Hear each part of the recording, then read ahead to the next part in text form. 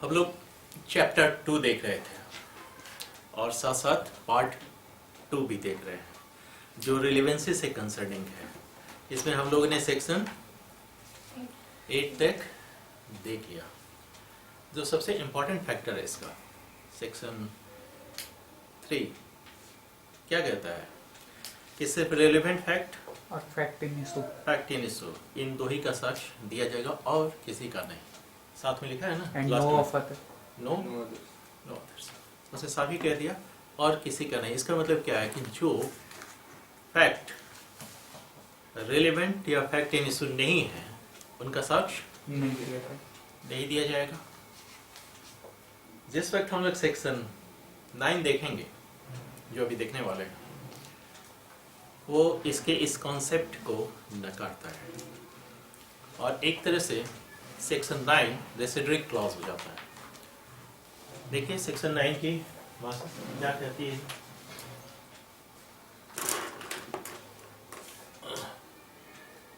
Facts not otherwise relevant are relevant. जो तथ्य अन्यथा सुसंगत नहीं है, कब सुसंगत है? सेक्शन 3 क्या कह रहा था?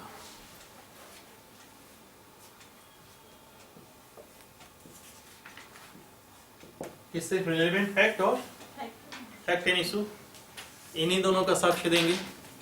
यानी कि अगर रिलेवेंट फैक्ट नहीं हुआ या फैक्ट इन इशू नहीं हुआ तो साक्ष्य नहीं दिलाया जाएगा। इसकी जब हम हेडिंग देखते हैं, ये क्या कहता है? फैक्ट्स नॉट अदरवाइज रिलेवेंट, यानी वो रिलेवेंट नहीं है फिर भी रिलेवेंट है। तो ये सेक्शन 3 के ऑपोजिट में है, या इसने अगर हम कहें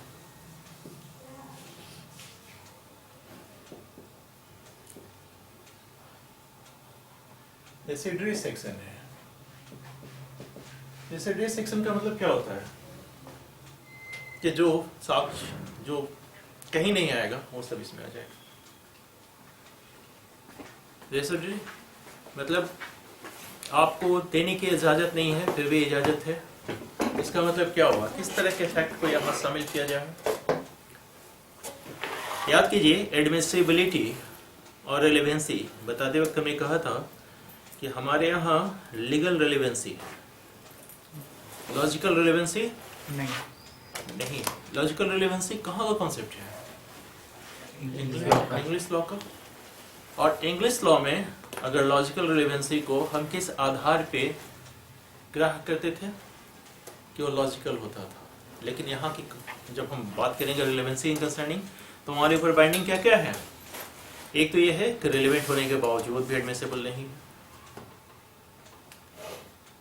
एडमिसिबल है बट वो रिलेवेंट नहीं है। और फिर सेक्शन 141 जहां आपसे जज ये पूछ सकते हैं कि अगर ये फैक्ट जो आप साबित करना चाहते हैं अगर साबित हो गया तो किस तरीके से रिलेवेंट है। और 168 जहां वो साफ ही कहते हैं कि हम कोई भी सवाल आपसे पूछेंगे, चाहे वो रिलेवेंट हो या इररिलेवेंट हो, हमें इससे कोई मतलब नहीं है कि उसकी रिलेवेंसी है कि नहीं। हम आपसे सवाल पूछेंगे, पूछ सकते हैं, आपको कोई डॉक्यूमेंट प्रोड्यूस करने के लिए भी कर सकते हैं। तो ये तो आप कर सकते हैं, लेकिन जजमेंट बेस्ड किस पे होगा? रिलेवेंट फैक्ट और ड्यूली प्रूव्ड, ये दोनों कंडीशन पे ही जजमेंट। यानी कि सब का सब घूम के कहाँ पे आ रहा है? रिलेवेंट फैक्ट पे।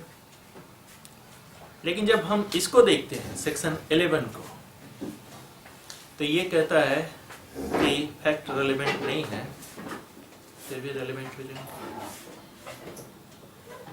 इसका मतलब क्या ये इंग्लिश लॉ के लॉजिकल रिलेवेंसी को एक्सेप्टेंस दे रहा है? क्योंकि हमने क्या कहा कि हमारे यहाँ लॉजिकल रिलेवेंसी नहीं है, तो इंग्लिश लॉ के लॉजिकल रिलेवेंसी को ये एक्सेप्टेंस दे रहा है। हाँ, दे रहा है, एक हद तक दे रहा है। क्योंकि ये साफ ही कह देता है कि जो तथ्य अन्यथा सुसंगत नहीं है कब सुसंगत होंगे। यानी जो फैक्ट अब हम लोग इसमें देखेंगे वो रेलेवेंट नहीं है लेकिन रेलेवेंट है। तब ये है कि तब तो फिर बात वही आ गई ना कि न्यायालय का समय बर्बाद होगा, इररिलेवेंट फैक्ट ढेर सारे आएंगे, फिर छांटना मुश्किल हो जाएगा। फिर 141 का क्या मतलब रहा कि जब जज आपसे पूछेंगे कि प्रूफ भी हो गया तो बताइए कैसा रेलेवेंट है। तो एक तरह से क्या ये कंफ्यूजन क्रिएट कर रहा है और है किस प्रोविजन में, सेक्शन 4 से लेके 50 में, यानी सेक्शन 11 में आने वाले फैक्ट भी रेलेवेंट है। इस बात को समझ रहे हैं? देखिए एक सीमा तक ये लॉजिकल रेलेवेंसी को अप्रूव कर रहा है, बट कुछ कंडीशन के साथ आप देंगे, लेकिन ये 3 कंडीशन फुलफिल होनी चाहिए।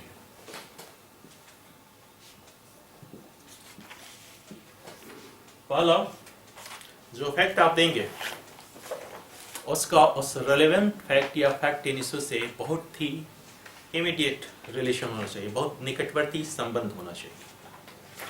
तब दूसरा, जो फैक्ट रेलेवेंसी के तहत आप देने की इजाजत मांग रहे हैं वो इस नेचर का होना चाहिए कि फैक्ट इन इशू या रेलेवेंट फैक्ट को या तो प्रोबेबल बना दे या इम्प्रोबेबल बना दे। और तीसरा, भारतीय साक्ष्य अधिनियम की अन्य प्रावधानों के तहत उसको सुसंगत होना चाहिए। कुछ बात समझ में आई? जैसे कि अगर किसी व्यक्ति का साक्ष्य लिया जा रहा है और उसको कोर्ट में नहीं बुलाया, या वो मर गया, या कोर्ट में नहीं आ सकता है, या साक्ष्य देने के लिए असमर्थ है, या उसको बुलाना उस परिस्थितियों में अनरिजनेबल है और बहुत एक्सपेंसिव है। ये सारी बातें किस सेक्शन के तहत आ रही है? 26। आप लोगों से बैंक डिक्लेरेशन पता होता है ना। 26 की लाइनिंग क्या है? जो व्यक्ति साक्ष्य में नहीं बुलाया जा सकता है, तो इसको 26 या 27 के तहत आना होगा, तभी रेलेवेंट होगा, अदरवाइज वो रेलेवेंट नहीं होगा। यानी अगर इस 3 क्राइटेरिया को आपने फुलफिल कर लिया तो फिर हम इसको इजाजत दे देंगे उन फैक्ट के लिए जो फैक्ट रेलेवेंट नहीं है, फिर भी रेलेवेंट होगा। ये कोलेक्टर फैक्ट है लेकिन इनकी रेलेवेंसी नहीं है, फिर भी हम इनको रेलेवेंट करेंगे, बट ये 3 क्राइटेरिया फुलफिल होनी चाहिए, फर्स्ट कंडीशन। दूसरी, ये कहता है कि कब है, तो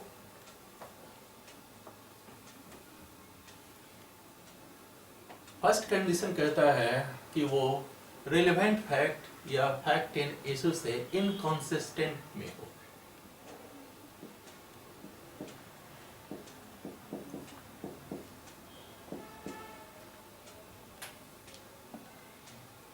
इसका मतलब क्या हुआ? एक व्यक्ति पे ये इल्जाम है कि उसने पटना में किसी की हत्या की है 5 बजे, और वो ये चीज प्रूव कर देता है कि वो 5 बजे शाम में अमेरिका में था। अमेरिका का 5 बजे, अमेरिका का 5 बजे एक ही है? नहीं है। अगर 5 बजे शाम में हत्या हुई है तो अमेरिका से हत्या करके वापस अमेरिका चले जाना पॉसिबल है?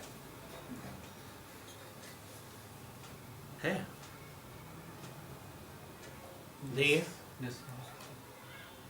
तो हत्या एक तथ्य है, किसी व्यक्ति का मर्डर हुआ एक फैक्ट है, उस पर्टिकुलर समय पे उस व्यक्ति का वहां प्रेजेंस असंभव है, यह भी एक फैक्ट है।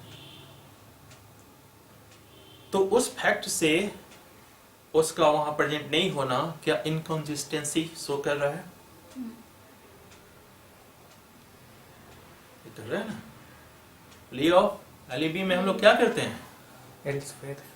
कहें कि वो कहीं और है। इस वजह से एक व्यक्ति है जो अपमान लेख लिखता है, लेबल, और ये फैक्ट प्रूव हो जाता है कि वो व्यक्ति अनपढ़ है, उसे पढ़ना लिखना नहीं आता। तो क्या उस पे लगाया हुआ ये इल्जाम कि उसने अपमान लेख लिखा, उस फैक्ट से कि एक अपमान लेख लिखा हुआ है, दूसरा फैक्ट वो अनपढ़ है, क्या ये एक दूसरे को किसी तरह से कोरोबरेट कर रहे हैं? ये कैसे फैक्ट है जो एक दूसरे से इनकॉन्सिस्टेंसी में है, असंगत है? क्योंकि दो बातें होंगी ना, अगर वो पढ़ा लिखा नहीं है तो अपमान लेख नहीं लिख सकता है, यही बात है ना। और अगर उसने लिखा है तो उसका पढ़ा लिखा होना चाहिए। निरक्षर आदमी कैसे लिख पढ़ सकता है? मेरी बात को समझ रहे हैं? इसको थोड़ा सा और ट्विस्ट करते हैं। अगर जिसका पालन पोषण मतलब साउथ इंडिया में हुआ हो और उसको नॉर्थ इंडियन भाषा नहीं आती और उसने तमिल में अपमान लेख लिखा हो, क्या ये पॉसिबल है? किसी से लिखवाया हो, ये पॉसिबल है। लेकिन अगर उस व्यक्ति पे पर्टिकुलर इल्जाम लग रहा है कि इसी व्यक्ति ने अपमान लेख लिखा है और दूसरी तरफ ये फैक्ट को साबित कर दिया जाता है कि वो व्यक्ति अनपढ़ है, तो क्या एक दूसरे से कंसिस्टेंसी में है? ये दोनों फैक्ट एक दूसरे से इनकंसिस्टेंसी में है। यानी कि हम कैसे फैक्ट को यहाँ इजाजत दे रहे हैं? पहला, वो 3 क्राइटेरिया पूरी होनी चाहिए, और दूसरा, फर्स्ट, वो फैक्ट इनकंसिस्टेंसी में होनी चाहिए। मतलब ये बिल्कुल ही संभावना इस बात की नहीं होनी चाहिए कि उस व्यक्ति के द्वारा ही ये काम किया गया है। अगर 8:30 बजे किसी का मर्डर होता है किसी पर्टिकुलर समय में, और 8:30 बजे वह व्यक्ति 50 मीटर दूर बैठा हुआ किसी मीटिंग में है, तो क्या ये इनकंसिस्टेंट फैक्ट है? 50 मीटर दूर बैठा हुआ व्यक्ति, 50 मीटर कितना होता है? कम होता है। तो घटनास्थल पे नहीं होने से और घटनास्थल पे मर्डर करके वापस दूसरी जगह पहुंच जाने में कितना समय लगेगा? 10 से 20 सेकंड लगेगा। तो क्या ये इनकंसिस्टेंसी में है? नहीं है। प्रत्येक मामले में फैक्ट एंड सर्कमस्टांसेस हमें देखने होंगे। ये तो हम लोग जिस वक्त इसकी बात कर रहे हैं इनकंसिस्टेंस का, इसके तहत जो प्ली लिया जाता है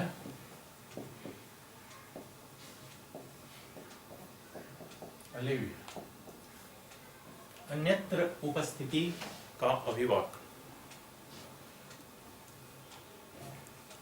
आपसे हमने कहा था ना कि प्रश्न आपसे इस तरह से पूछे जाते हैं, प्ले ऑफ लेवी किस सेक्शन के तहत रेलेवेंट है? तो जवाब क्या होगा? सेक्शन 9। अच्छा, याद कीजिए, सेक्शन 5 में हम लोगों ने क्या देखा था और सेक्शन 7 में हमने क्या देखा था। 5 में क्या था? ओकेजन, कॉज एंड इफेक्ट, ये 3 चीजें थी। यहां जो ओकेजन है,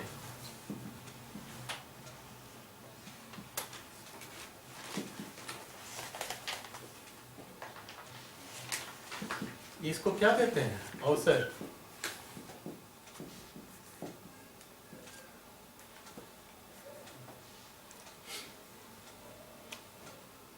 किसी व्यक्ति को मारने का अवसर मिला होगा तभी तो उसने हत्या की होगी।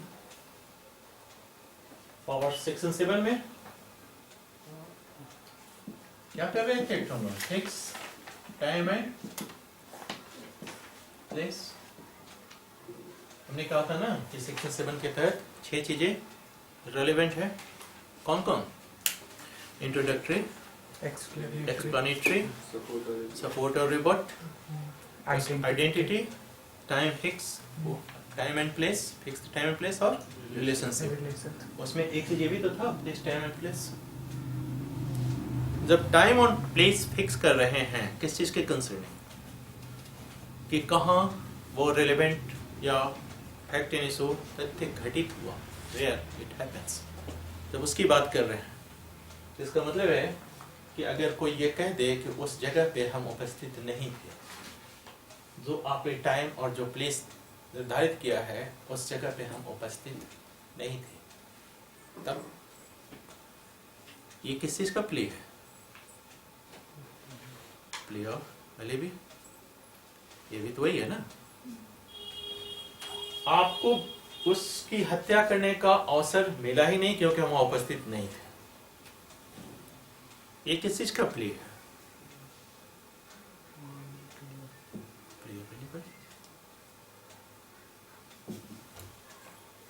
तो क्या इन तीनों सेक्शन में प्ले ऑफ एलिबाई है?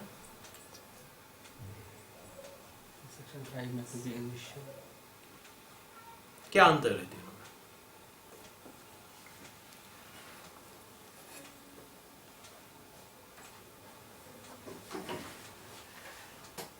किसी व्यक्ति को अवसर मिलना चाहिए किसी घटना को अंजाम देने के लिए, अगर उसको अवसर ही नहीं मिला तो वो उस घटना को अंजाम दे सकता है। और अवसर के लिए क्या जरूरी है कि उस घटना स्थल पे उसकी उपस्थिति, जब वो वहां उपस्थिति नहीं है तो अवसर कैसे मिल सकता है? और वो कहता है कि मैं उस वक्त वहां था ही नहीं।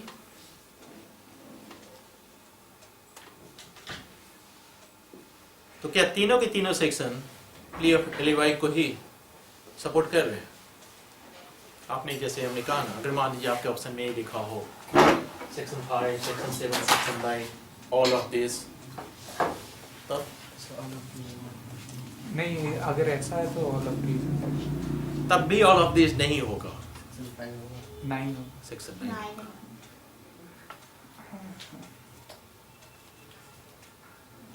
क्योंकि क्या होना चाहिए सेक्शन 9 के लिए? सर दिल्ली का एक क्वेश्चन हाँ था. छोड़ दीजिए, बाद में डिस्कस करेंगे, पहले समझ लीजिए।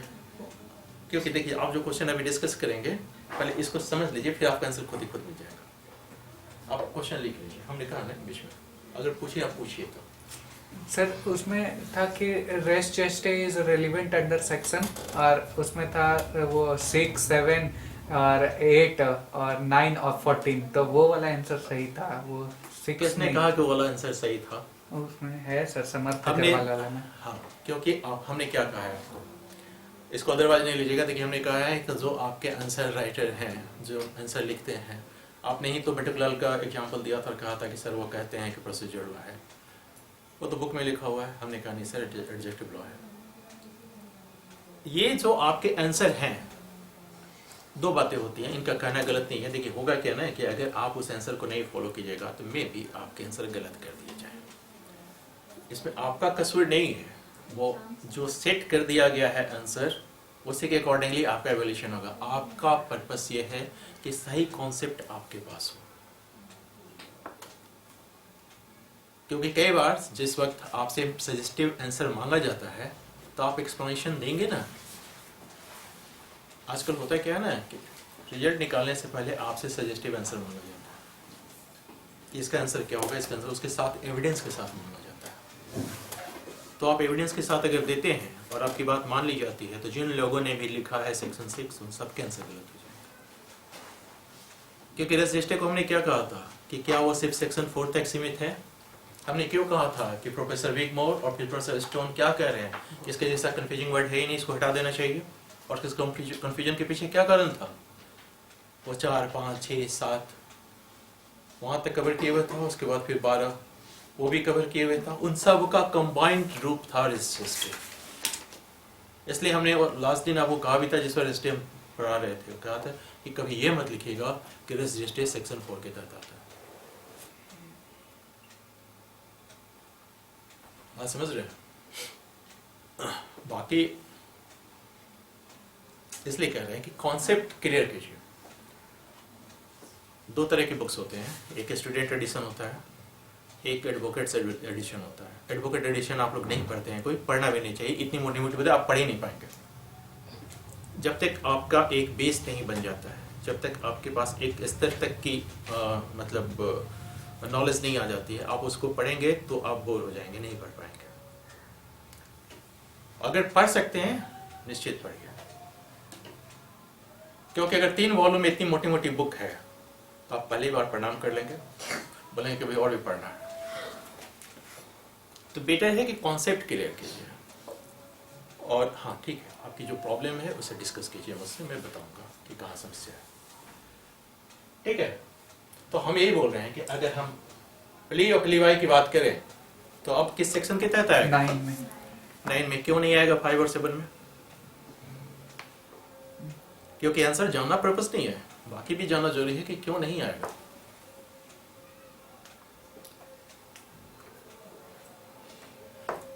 क्योंकि अवसर है तो वहाँ पे मौजूद होना चाहिए, तभी अवसर का लाभ उठा सकेंगे। हाँ, अवसर का तो लाभ उठा सकेंगे। तो किसके कंसर्निंग है ये? जब इस तरह की बात होती है, जैसे अवसर के कंसर्निंग, उसने क्या कहा था, उसको अवसर कब मिला? जब वो बता दिया कि मेरे पास पैसा है, बाजार गए, बड़े मजे में दिखा रहे थे नोट, तो लोगों को अवसर मिला कि इसको लूट ले। तो ये उस ऑकरेंस का अवसर है, उसके कंसर्निंग ये बात कर रहा है, एक्यूज्ड के प्रेजेंस की बात नहीं कर रहा है। बात समझ रहे हैं? जो घटना को आप अंजाम देने जा रहे हैं उसका अवसर है, उसकी बात कर रहा है। वो अवसर अगर है तो वो रेलेवेंट है सेक्शन 5 के तहत। घटना घट गई तो घटने के बाद जो अभियुक्त वहां मौजूद है या नहीं, वो प्ली है लिखेगा। नहीं घटेगी तो प्ली लिखेगा नहीं घटेगी तो मतलब फिर अंजाम कहाँ हुआ? नहीं घटने के बाद 2 तरह की बातें होंगी ना। अगर घटना घटी नहीं तो कोई ऑफेंस ही नहीं हुआ, तो फैक्ट इन इशू नहीं हुआ। घटना घटेगी तब तो फैक्ट इन इशू आएगा ना, और फैक्ट इन इशू और रिलेवेंट फैक्ट का ही तो साक्ष्य देना है आपको। जैसे घटना घटेगी तो 2 बातें आएंगी कि यह घटना अगर कोई पर्टिकुलर है तो वो घटी है या नहीं, घटी है तो क्या उसी व्यक्ति ने किया है या नहीं, ये सब फैक्ट इन इशू है ना।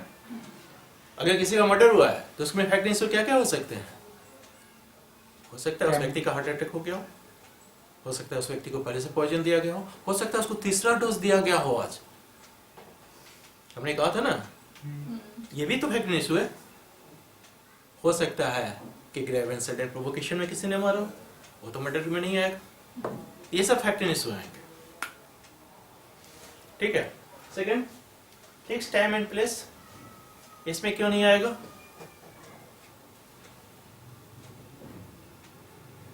टाइम एंड प्लेस फिक्स करते हैं किस चीज के कंसर्निंग? जहां वो घटना घटी, मतलब कितने बजे घटी, किस जगह पे घटी। हम अभी भी अभियुक्त की बात नहीं कर रहे हैं। एक घटना घट गई, कितने बजे घटी, कहां घटी, अगर ये फैक्ट है तो वो रेलेवेंट है सेक्शन 7 के तहत। वो व्यक्ति जब अपना प्ली लेता है कि मैं उस वक्त वहां मौजूद नहीं था, ये किस तरीके का फैक्ट है? बिल्कुल इनकंसिस्टेंस है, क्योंकि उस व्यक्ति पे इल्जाम लगा है कि आपने मारा, और वो कहता है कि मैं पर्टिकुलर उस घटना पे मौजूद था ही नहीं। यानी अगर वो घटना पे था ही नहीं तो वो मार कैसे सकता था? अगर कोई अनपढ़ है तो वो लिख कैसे सकता था? तो ये जब आएगा वहां, ये वो बिल्कुल इनकंसिस्टेंस होगा किससे? Fact in issue relevant fact से, देन वो रेलेवेंट हो जाएगा। बात समझ में?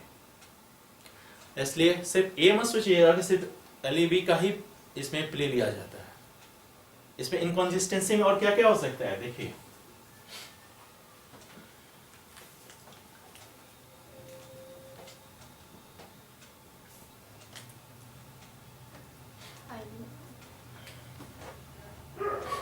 पहला तो यही है एलईबी।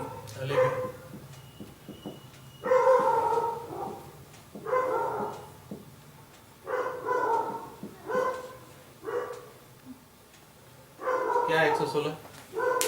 विवाहित स्थिति के दरमियान जन्म लेना लेजिटिमेसी का कंक्लूसिव प्रूफ है। अगर ए और बी कि लॉफुल मैरिज के ड्यूरेशन में किसी चाइल्ड का बर्थ होता है, तो वो चाइल्ड किसका लेजिटिमेट सन कहलाएगा या डॉटर कहलाएगी? फादर के।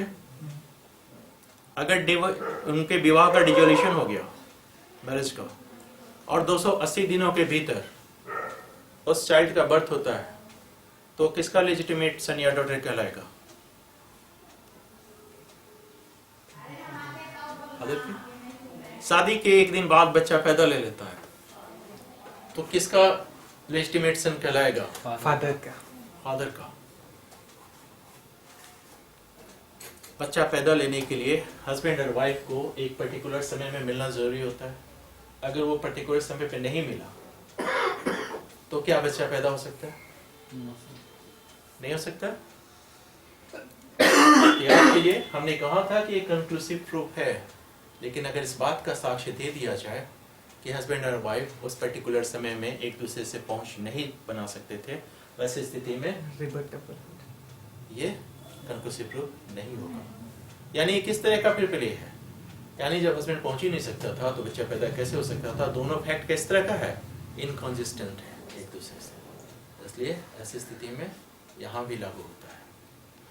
कहाँ? सेक्शन 116। कौन सा सेक्शन? 9 रेलेवेंट होगा, क्योंकि ये रेलेवेंसी की परिभाषा से बाहर निकल गया ना। यस। रेलेवेंसी के परिधि से निकल गया बाहर। रेलेवेंसी कहाँ से कहाँ तक?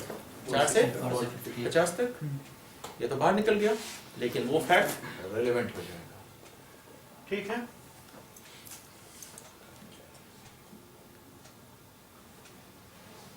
Survivor of disease person. अगर कहा जाता है कि ये ए है और ये बी है, बी की हत्या हुई है 1 जनवरी और इल्जाम है ए पे कि इसने हत्या की है 1 जनवरी को। ए प्रूफ कर देता है कि बी को हम 4 जनवरी को जीवित देखे थे।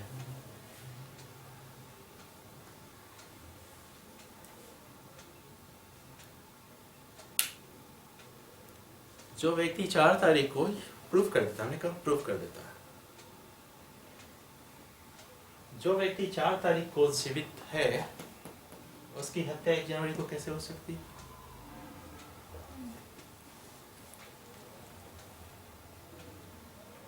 तो ये किस तरीके का फैक्ट है? इनकंसिस्टेंट है। 4 तारीख को जीवित होने वाला व्यक्ति 1 जनवरी को किस चीज की हत्या हो सकती है?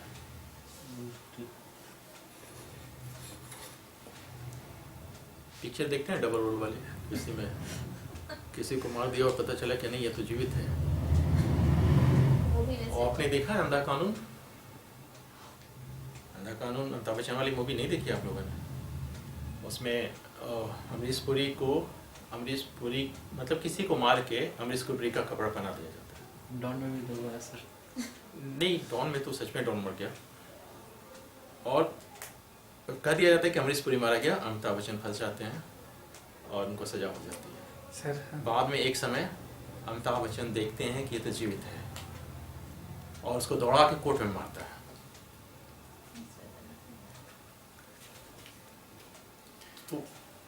तो ऐसी स्थिति में आप बताइए, जिस व्यक्ति की हत्या पहले हो चुकी है वो बाद में अगर जीवित दिखता है, किस तरह का फैक्ट है? इनकंसिस्टेंट। ठीक है। महाभारत में अश्वत्थामा के साथ अश्वत्थामा तो मर है, वो तो मर ही नहीं सकता है। वो हल्ला हो गया था ना हाथी को मार के। तो हम अश्वत्थामा की बात करें, हाथी की नहीं बात कर रहे हैं। वो तो अश्वत्थामा तो मारने के लिए युधिष्ठिर से बुलवाया गया कि अश्वत्थामा मारा गया और साथ में बोले कि हम झूठ नहीं बोलते हैं। तो श्री कृष्ण बोले कि एक लाइन और पीछे से जोड़ दीजिएगा कि नर या हाथी। और जैसे नर या हाथी बोले में जोर जोर से नगाड़ा बजवाने लगे, नर और हाथी किसी को सुनाई नहीं दिया।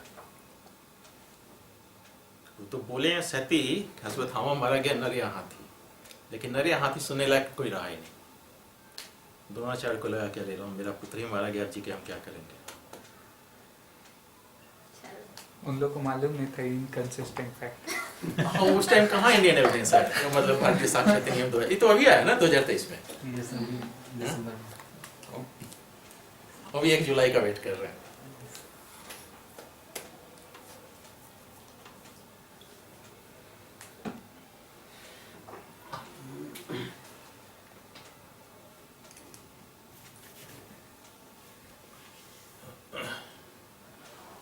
एक तो हमने इसमें क्या कहा, वो सर्वाइवर है आफ्टर डिजीज। एक है कि थर्ड पार्टी ने उसे मार डाला,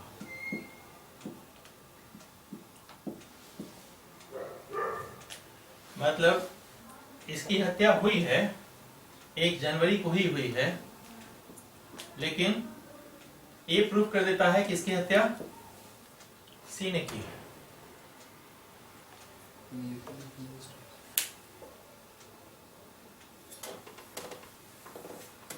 बी का मर्डर हुआ है, फैक्ट है।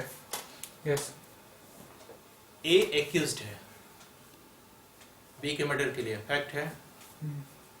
सी ने बी की हत्या की है, ये भी फैक्ट है। तो ए ने बी की हत्या की, ये इनकॉन्सिस्टेंसी में है या अभी तक इसको प्रूफ किया जा चुका है? जैसे ही ये बात ये साबित कर देता है कि सी ने बी की हत्या की है, ये फैक्ट कि ए ने बी की हत्या की इनकॉन्सिस्टेंट हो गया। ये हो ही नहीं सकता, क्योंकि किसी को किसी एक ही व्यक्ति ने अगर मारा है तो वैसे स्थिति में सी का ये प्रूव हो जाना किसने बी की हत्या की, ए का ये फैक्ट किसने ए बी की हत्या की इनकॉन्सिस्टेंट में हो गया। ये रेलेवेंट क्वेश्चन, बात समझ रहे?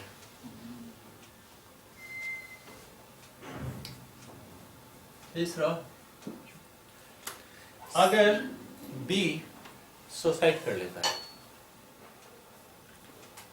और इल्जाम है कि ए ने बी की हत्या की, हत्या करने के लिए क्या जरूरी है? उसका जीवित ना होना। और सुसाइड के लिए क्या जरूरी है? हत्या और सुसाइड दोनों स्थिति में व्यक्ति मर जाएगा, इग्नोर होते हैं। यस सुसाइड में व्यक्ति खुद अपने आप को मारता है, और हत्या में कोई थर्ड पर्सन या कोई व्यक्ति उसको इस दुनिया से विदा करता है। तो जब ये फैक्ट है कि बी ने सुसाइड कर ली है, तो ये फैक्ट इनकॉन्सिस्टेंट हो गया कि ए ने बी की हत्या की। क्लियर है? तो वैसी स्थिति में क्या मान के चलेंगे कि क्या ये फैक्ट इसका रेलेवेंट फैक्ट है? क्यों? प्रूफ हो चुका है कि सी ने हत्या की। बी ने सुसाइड की। क्योंकि यह फैक्ट अब इनकॉन्सिस्टेंट है, इस वजह से रेलेवेंट है। हमने क्या कहा? Fact otherwise not relevant well relevant. जो रेलेवेंट नहीं है फिर भी कब रेलेवेंट है, समझ रहे हैं? तो इसलिए डी में थर्ड पार्टी की खुद से किया तो इसमें कौन सा पॉइंट टिकेगा? सेल्फ सुसाइड करना और मर्डर करना दोनों एक चीज है? दोनों एक चीज नहीं है। तो जब मैटर ही बदल गया, तो हमने क्या कहा कि सुसाइड में क्या होता है, व्यक्ति खुद ही अपने आप को मार डालता है, और मर्डर में दूसरा व्यक्ति उसकी हत्या करता है। तो एक व्यक्ति के द्वारा हत्या किया जाना एक फैक्ट है, और खुद अपने आप को मार डालना दूसरा फैक्ट है। लेकिन अगर यहाँ फैक्ट इन इशू क्या है कि इस व्यक्ति की हत्या हुई है, और प्रूफ क्या हो जाता है कि इसने सुसाइड की है, तो वैसी स्थिति में इस व्यक्ति ने इसकी हत्या की इनकॉन्सिस्टेंट हो गया उस फैक्ट से। क्योंकि आप हत्या और आत्महत्या एक साथ कैसे हो सकता है? क्या कहा कि मेरी रस्सी पकड़ के खड़े रहना, या मेरा गला तब तक दबाते रहना जब तक मेरी मृत्यु ना हो जाए? ऐसा होता नहीं है क्या?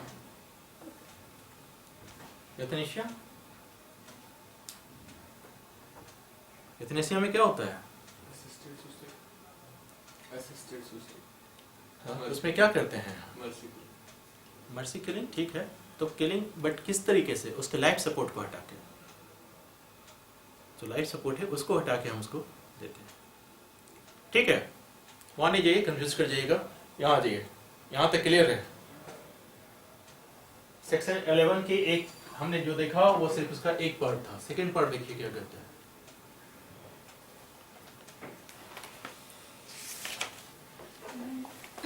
Stands for highly probable.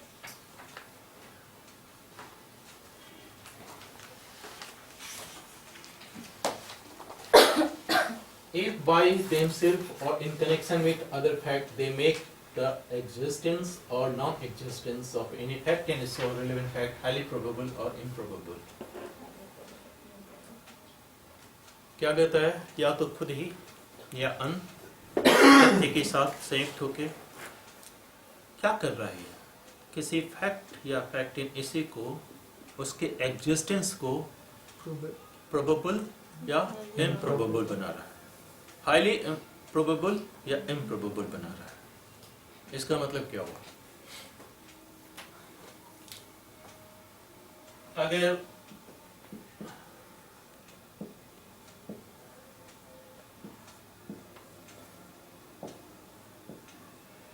ये 4 व्यक्ति हैं जो एक लॉकअप में बंद हैं,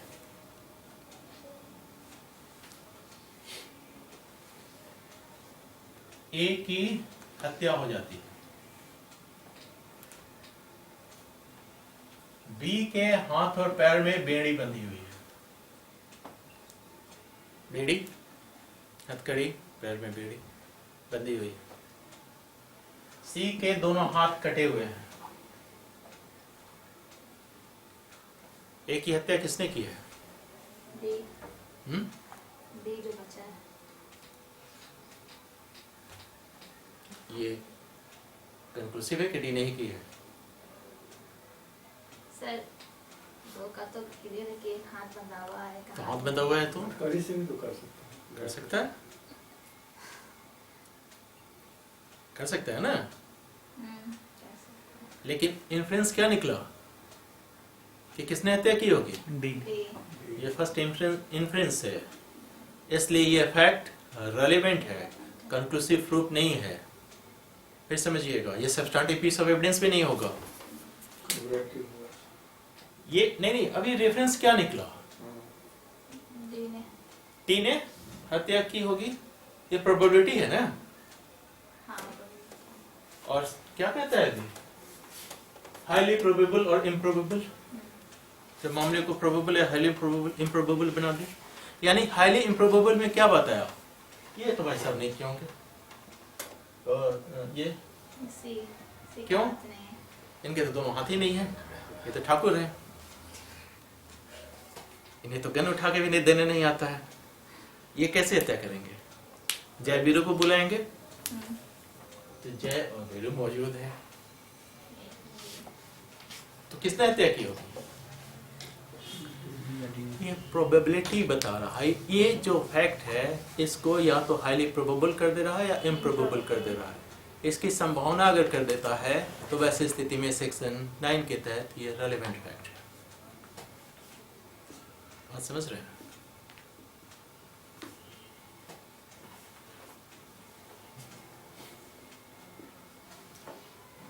मारा कौन तो पता ही नहीं चला। जी मतलब कौन मर्डर किया तो पता ही नहीं चला ना। डी नहीं, हम यहाँ प्रूफ की तरफ नहीं जा रहे हैं, हम यहाँ उन फैक्ट के बारे में बात कर रहे हैं जो रेलेवेंट होगा। प्रूफ तो एक अलग विषय है, जिसके बारे में मैंने क्या कहा था कि कब प्रूफ होता है वो मैटर, जब न्यायालय अपने समक्ष की सामग्रियों पे विचार करने के पश्चात इस निष्कर्ष पे पहुंचता है कि इस फैक्ट का एग्जिस्टेंस है, या फिर उस एग्जिस्टेंस, उस फैक्ट के एग्जिस्टेंस को इतना प्रोबेबल समझता है कि उस परिस्थिति में कोई प्रूडेंट मैन इसी विश्वास पे कार्य करे कि उस फैक्ट का एग्जिस्टेंस है। हम प्रोबेबिलिटी की बात कर रहे हैं, हम तय करें कि अगर ये प्रोबेबल है और हाईली प्रोबेबल इस फैक्ट को बना दे रहा है, तो वैसे स्थिति में क्या यहाँ फैक्ट इन इशू क्या है? मर्डर कौन किया? फैक्ट इन इशू है। मर्डर कौन किया में कौन बचता है? डी, सी और डी, ये तो गुजर चुका। तो वैसे स्थिति में इसमें जो हाईली प्रोबेबल फैक्ट क्या आता है कि डी ने ही किया होगा।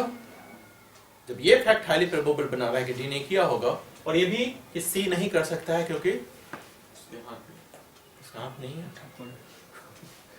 तो वैसे स्थिति में ये जब किसी फैक्ट इन इश्यू से रिलेटेड, क्या कहा है इसने, खुद या किसी फैक्ट से रिलेटेड होके किस चीज को, फैक्ट या फैक्ट इन इश्यू को हाईली प्रोबेबल या इम्प्रोबेबल बना दे, तो वैसे स्थिति में ये रेलिवेंट है।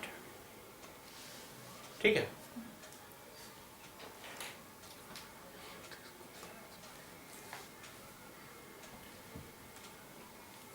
इसका इलस्ट्रेशन देख लीजिए।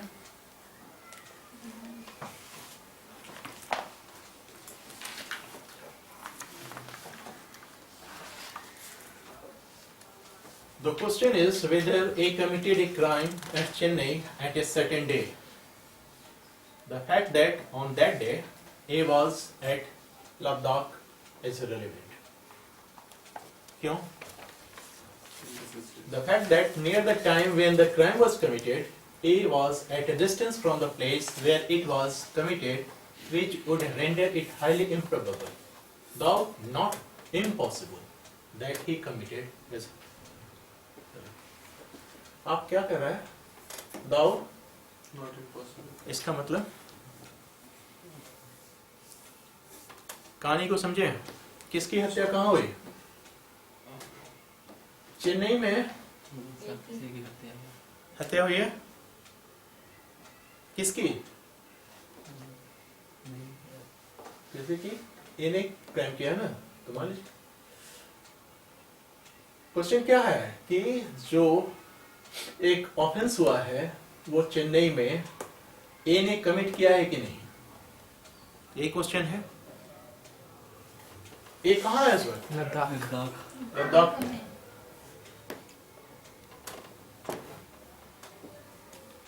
आप लोग इतना क्रिमिनल सीरीज वगैरह देखते हैं, वो बहुत एक मास्टर प्लान के तहत गाड़ी इतने बजे आएगी, यहाँ से प्लेन पकड़ लेंगे, वापस इस जगह चले जाएंगे और फिर उस जगह पे वापस मौजूद हो जाएंगे। ये सब चीज़ें कभी किसी एपिसोड में देखा हो आपने, तो उसका मतलब क्या होता है कि इसलिए कहा दाउ नॉट इम्पॉसिबल।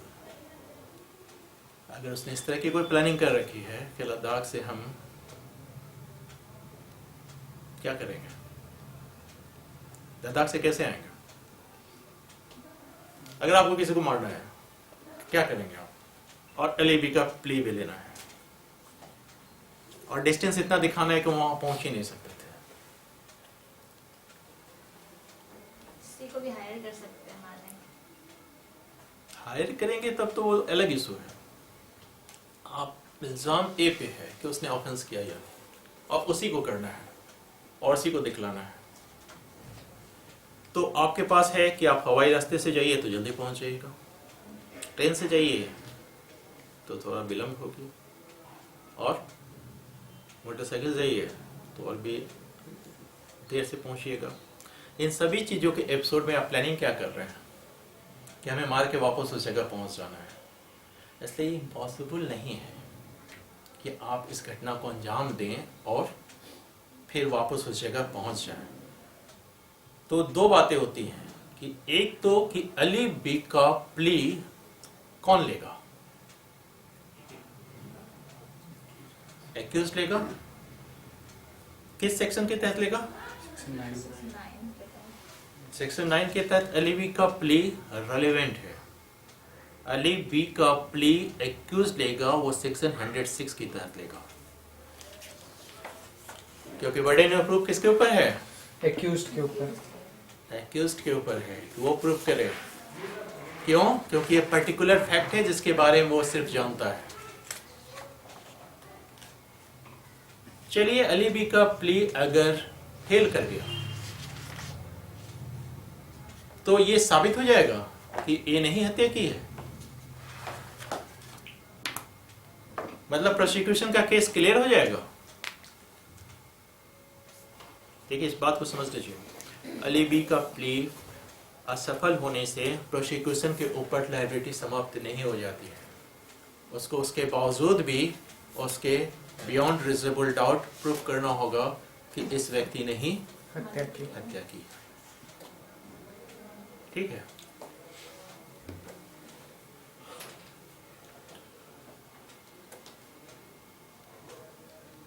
आप लोग मूवी, पुरानी मूवी नहीं देखते हैं। एक फिर बोलेंगे तो बोलेंगे खाली अमिताभ बच्चन हर जगह शायर होते हैं। एक अमिताभ बच्चन की मूवी थी, वो एकदम इसी तरह की प्लानिंग करके एक व्यक्ति की हत्या करता है और वापस चला जाता है। परवाना, राइट, परवाना था। आप उसको देखिएगा अगर कभी आपको मौका मिला तो वो यही काम करता है।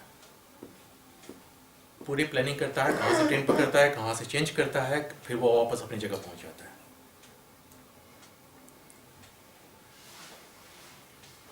ठीक है। दृश्य में भी सब दिखाया था। किसमें? दृश्य मूवी, दृश्य दृश्यम 1, 2। यस, अजय देवगन को वन भी दोनों में।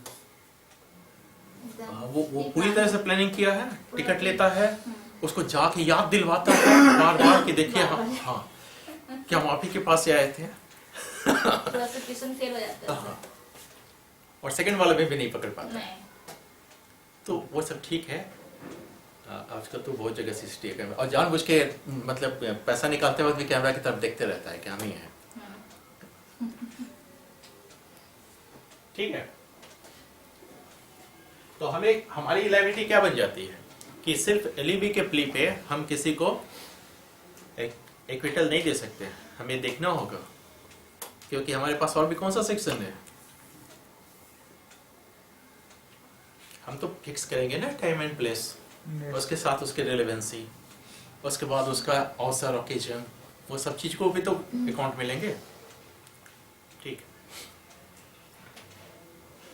नेक्स्ट है आपको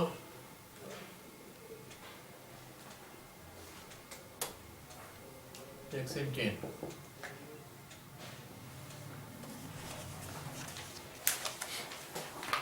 क्या कहता है?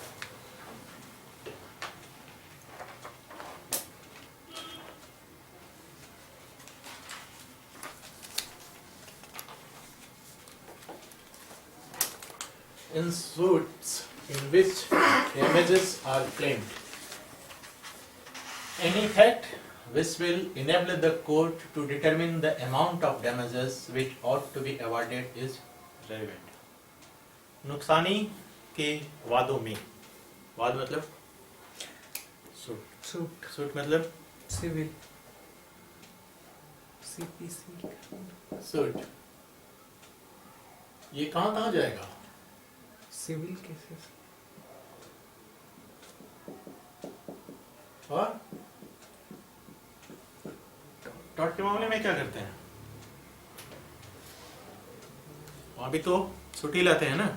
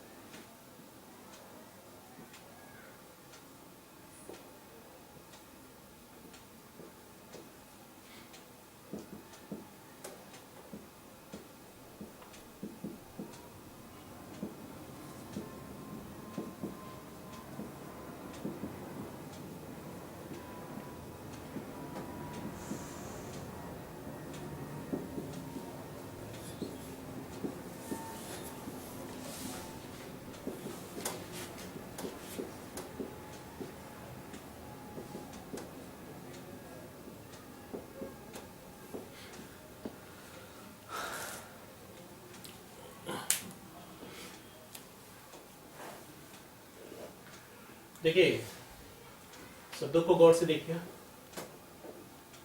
किसी को इंजरी हुई, इसका मतलब क्या है?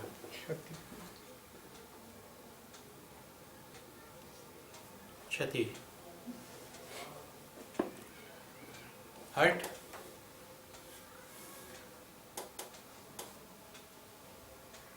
ग्रेवियस हर्ट, क्या है ये?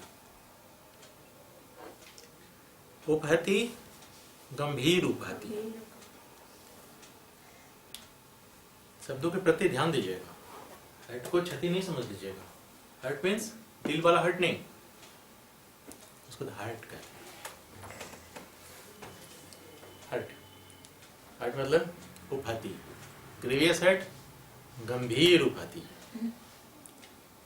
क्षति, इंजरी, इंजरी मतलब चोट उट लगना। डैमेज, नुकसान,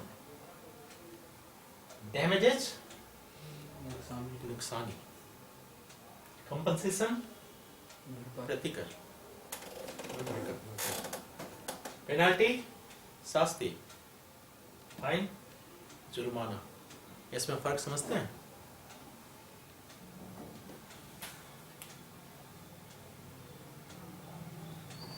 कॉम्पनसेशन के रूप में डैमेजेस दिया जाता है।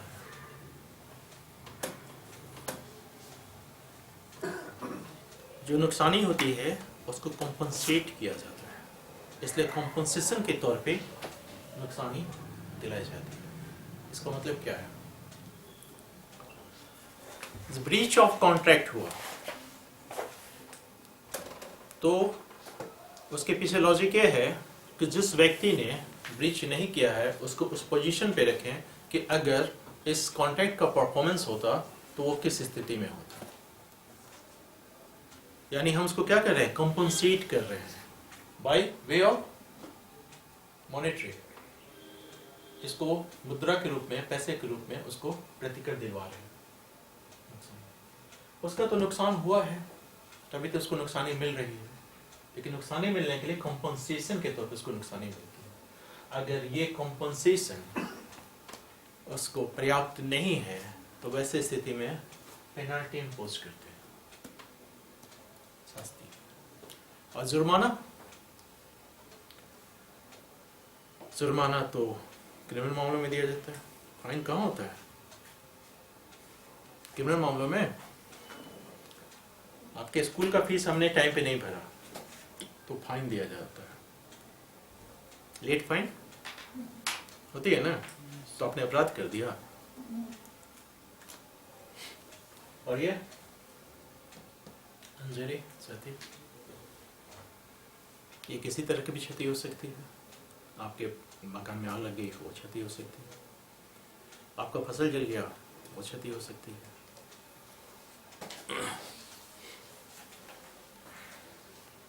हम यहाँ किसकी बात कर रहे हैं? In suit in which damages are claimed. किसकी बात कर रहे हैं? इस डैमेजेस को, जहां डैमेजेस क्लेम किया जाता है, नुकसानी को। जब सूट लिखा है तो इसका मतलब है सिविल केस, सिविल मामला है। और सिविल मामले का मतलब क्या क्या आएगा इसके अंतर्गत? आप समझिए कि आज मेरे घर में शादी है, हमने फोटोग्राफर को कह रखा है कि आइएगा फोटो वोटो खींचिएगा, मेरी शादी का ओकेजन है, वो नहीं आता है। मेरा क्या हुआ? शादी नहीं हुई, सबूत नहीं रहा। नहीं, मोबाइल से रहा। नहीं मतलब क्या हुआ? अब इतना इंपॉर्टेंट चीज अगर मिस करते हैं, हमारा तो कॉन्ट्रैक्ट था ना कि आप आएंगे और शादी में फोटो खींचेंगे, आप नहीं आए, इससे हमको क्या क्या नुकसान हुआ? क्योंकि नुकसान होगा तो नुकसानी होगी, नुकसानी मिलेगा। अब इसका आप आकलन कैसे करेंगे कि हमको कितना नुकसानी हुआ? जैसे आप तो बोलेंगे शादी हो गया ना, बीवी आप ही की है ना, तो क्यों उस फोटोग्राफर को परेशान कर रहे हैं? आप बताइए, इसमें मेरा नुकसान हुआ है कुछ? फिर यादगार के लिए फोटोग्राफी नहीं करेगा देखने के लिए, शादी करने तो मतलब हमको क्या, किस चीज की पीड़ा हो? कौन कितना मेंटल मतलब है ना कि अब इन फ्यूचर तो मेरे पास कोई याद रहेगा ही नहीं, कौन लोग आए थे, कैसे आशीर्वाद दिए थे, जवानी में हम कैसे लगते थे, मतलब जो भी बातें हैं। लोग पुरानी फोटो क्यों देखते हैं? क्या उस वक्त कैसे लगते थे, अब कैसे लगने लगे हैं? तो वो यादें तो निकल गई। अब इसका कॉम्पनसेशन कैसे ग्रांट करें हम? उसके लिए क्या पैरामीटर तय करें?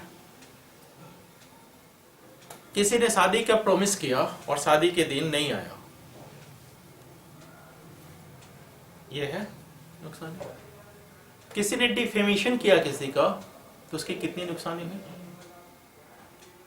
डिफेमेशन का मतलब मानहानि।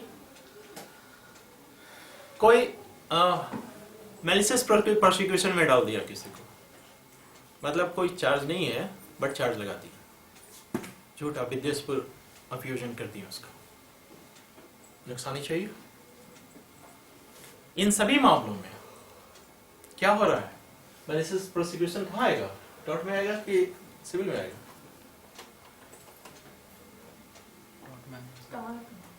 टॉर्ट में आएगा।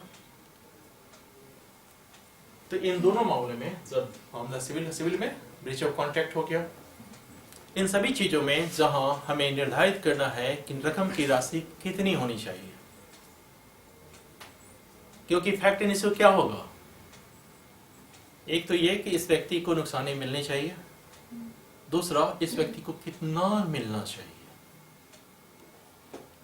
रकम जो है अधिक मिलना चाहिए, कम मिलना चाहिए, नहीं मिलना चाहिए, ये फैक्ट इन इशू है। तो इन सभी मामलों में जिसमें न्यायालय को रकम की राशि निर्धारित करने में कोई भी फैक्ट सहायक है अगर, तो वो रेलेवेंट है। ये नहीं कह रहा है वो, देखिए क्या कह रहा है। In suit in which damages are claimed, any fact which will enable the court to determine the amount of damages. Damages का amount determine करने के लिए, यानी कि वो राशि निर्धारित करने के लिए न्यायालय को समर्थ बनाने की प्रवृत्ति रखने वाले सभी के सभी फैक्ट रेलेवेंट हैं। बात समझ रहे हैं?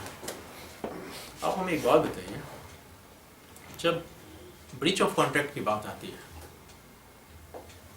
तो हमारे पास क्या है? सेक्शन 73 हमने देखा है। ये किसका सेक्शन है? हाँ, इंडियन कॉन्ट्रैक्ट एक्ट 1872 का ये सेक्शन है। यहाँ क्या कह रहा है कि जब ब्रीच होगा तो किस तरीके से होगा? तो एक चीज ये होती है कि जब कॉन्ट्रैक्ट होता है तो कई बार पक्षकार खुद ही इस बात को तय कर लेते हैं कि अगर ब्रीच हुआ तो दूसरा पार्टी उसको क्या पे करेगी। ये किस तरीके का डैमेजेस है? ये लिक्विडेटेड डैमेजेस है, पहले से ही निर्धारित है कि इस पर्टिकुलर मामले में अगर ये घटना घट गई और इसका परफॉर्मेंस नहीं हुआ तो दूसरा पक्षकार उस पक्षकार को इतना अमाउंट देगा। तो ये पहले से तय है। एक होता है अनलिक्विडेटेड डैमेज, जहां निर्धारित नहीं हुआ। अब जैसे जितने भी टॉर्ट वाले मामले हैं, डिफेमेशन में हम कैसे निर्धारित करेंगे कोई मेरा मतलब डिफेम करेगा तो कितना पैसा देगा? ये कैसे संभव है? हम बाहर एक नोटिस लगा दें कि अगर आपने मुझे गाली दिया तो आपको इतना पैसा देना होगा, ऐसा संभव है? नहीं है। तो अनलिक्विडेटेड डैमेज है। और दूसरी चीज, मान लीजिए अगर वो व्यक्ति जो आपको डिफेम कर रहा है लगातार डिफेम कर रहा है, तो वैसे स्थिति में उसके डिफेमेशन जो अमाउंट है वो बढ़नी चाहिए या घटनी चाहिए? बढ़नी चाहिए। क्यों? किस आधार पे बढ़नी चाहिए?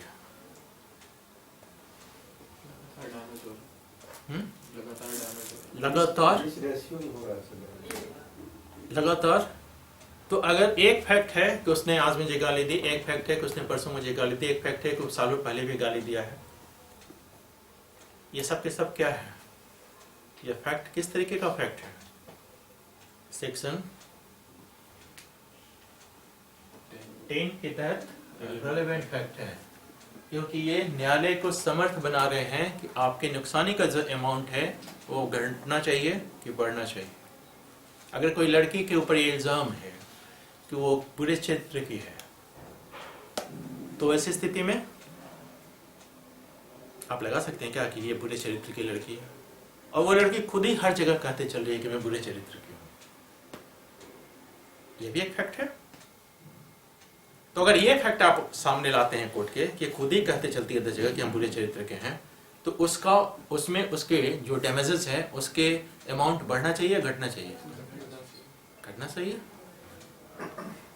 तो ये न्यायालय को क्या कर रहे हैं, समर्थ कर रहे हैं उस अमाउंट को निर्धारित करने के लिए, सारे के सारे फैक्ट कि इसको कब कितना अमाउंट मिलना चाहिए, नहीं मिलना चाहिए, और ये सारे के सारे फैक्ट जो न्यायालय को समर्थ करते हैं नुकसानी के वाद में, क्योंकि वाद कैसा है, सूट फॉर डैमेजेस है, उसमें रकम निर्धारित करने के लिए न्यायालय को समर्थ बनाने की प्रवृत्ति रखते हैं, वो सब के सब रेलेवेंट है।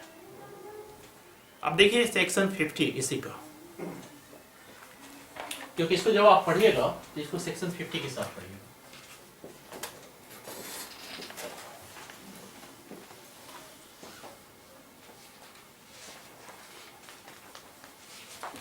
क्या कहते हैं, सील पर प्रभाव डालने वाले नुकसानी के वादों में क्या कह रहा है सेक्शन 50? लास्ट सेक्शन है आपका रिलेवेंसी का। Character as affecting damages, character as affecting damages, नुकसानी पर प्रभाव डालने वाला सील। कैरेक्टर का मतलब क्या होता है? प्रोफेशनल या सोसाइटी। देखिए, प्रत्येक व्यक्ति का, किसी व्यक्ति का एक ख्याति है, ये फैक्ट है या नहीं है? अमिताभ बच्चन बहुत फेमस आदमी है, ये फैक्ट है। मोदी जी बहुत अच्छे प्रधानमंत्री हैं, ये फैक्ट है।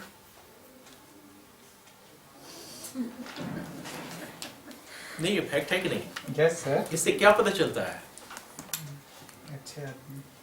नहीं, ये क्या हम कर रहे हैं, उनके कैरेक्टर को क्या कर रहे हैं? देखिए, कैरेक्टर की परिभाषा 50 में ही दी हुई है। क्या कर रहा है वो? किसी व्यक्ति का रेपुटेशन या डिस्पोजिशन, उसकी ख्याति या उसका स्वभाव, उसका कैरेक्टर है। लेकिन कैसा ख्याति, कैसा स्वभाव? जनरल ख्याति, सिंपल जनरल ख्याति और जनरल स्वभाव, ये उसका रेपुटेशन है। अगर वो उस पर प्रभाव डालता है किसी व्यक्ति के कैरेक्टर का, किस चीज पे, नुकसानी के किसी वाद में अगर कोई कैरेक्टर प्रभाव डालता है तो वो रेलेवेंट है। सेक्शन 10 में हम किस चीज को देख रहे हैं? नुकसानी के वाद में सूट ऑफ डैमेजेस। और सेक्शन 50 में हम किस चीज को देख रहे हैं? कैरेक्टर। लेकिन कहाँ? पढ़िए, आपके पास है। Character affecting damages. डैमेजेस मतलब नुकसानी, जो आपका कैरेक्टर जो नुकसानी पे प्रभाव डाल रहा है, उसको हम देख रहे हैं। इसलिए ये दोनों के दोनों जब पढ़िएगा एक साथ पढ़िएगा, तो वहां लिख दीजिए और दोनों के सामने लिख दीजिए। 50 के सामने भी लिख दीजिए रीड विद सेक्शन 10, और 10 के सामने भी लिख दीजिए रीड विद सेक्शन 50।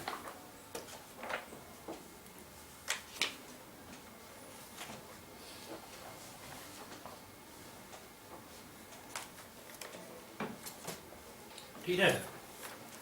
हमें एक बात बताइए, जब हम इसका निर्धारण कर ही रहे हैं, किस मामले में? देखिए, दो चीजों को समझ लीजिए। जब हम ब्रीच ऑफ कॉन्ट्रैक्ट की बात करते हैं तो हम उसके नुकसानी को, उसके डैमेजेस को कहाँ से कैलकुलेट कर रहे हैं? 73। ये किस चीज का पार्ट है? सब्सटेंटिव लॉ का पार्ट है। Indian contract act 1872 substantive law है ना? Yes sir. सब्सटेंटिव लॉ का पार्ट है। और जब हम यहाँ इसकी चर्चा कर रहे हैं सेक्शन 10 में, तो ये कहाँ रोल अदा कर रहा है कुछ? ये तो वहीं से डिसाइड होगा। अगर टॉर्ट की बात करेंगे तो टॉर्ट क्या है? सब्सटेंटिव लॉ है कि प्रोसीजर लॉ है? सब्सटेंटिव लॉ है। तो अगर डिफेमेशन हो रही है तो डिफेमेशन दोनों जगह है, क्राइम भी है और टॉर्ट भी है। अगर हम टॉर्ट की बात करें, क्योंकि नुकसानी अगर वहां लेनी है, तो ऐसी स्थिति में तो वो तो वहां से डिसाइड होगा ना। दूसरी चीज, कॉन्ट्रैक्ट के मामले में, ब्रीच ऑफ कॉन्ट्रैक्ट में क्या इंटेंशन देखते हैं क्या? नहीं। लेकिन मैलिशियस प्रोसिक्यूशन में इंटेंशन देखते हैं, हम्म, क्योंकि नाम ही है मैलिशियस प्रोसिक्यूशन। आपका विद्वेषपूर्ण आचरण है, आपके अंदर क्या चल रहा है इसकी वजह से आपने किया, तो वहाँ हम इंटेंशन देखते हैं, उसके अकॉर्डिंगली हम देखते हैं। तो ये सब के सब जो नुकसानी के वादों में हम डिसाइड कर रहे हैं वो तो सब्सटेंटिव लॉ से डिसाइड हो रहा है। एविडेंस एक्ट क्या कर रहा है इसमें? एविडेंस एक्ट सिर्फ उन फैक्ट को रेलिवेंट बना रहा है, क्योंकि रीजन क्या है कि सेक्शन 3 के तहत आप मजबूर हैं किस चीज के लिए? सिर्फ relevant fact and fact in issue इनको। इसलिए कई बार ऐसा कहा जाता है कि सेक्शन 10 अनावश्यक रूप से डाल दिया गया, इसका बहुत रोल नहीं है, लेकिन ऐसा नहीं, क्योंकि ठीक है वो सेक्शन 73 से डिसाइड होगा, वो अपने सब्सटेंटिव लॉ से डिसाइड होगा, लेकिन रिलेवेंसी कौन इसको नाम देगा, प्रोवाइड करेगा? तो सेक्शन 10। ठीक है, कोई क्वेश्चन? No sir.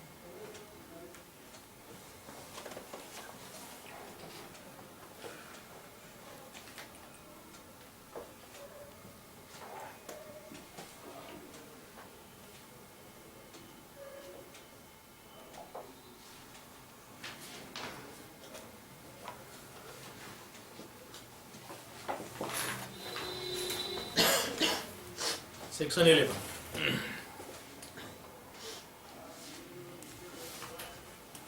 कहता है कि जहां अधिकार या रूढ़ि प्रश्नगत हो,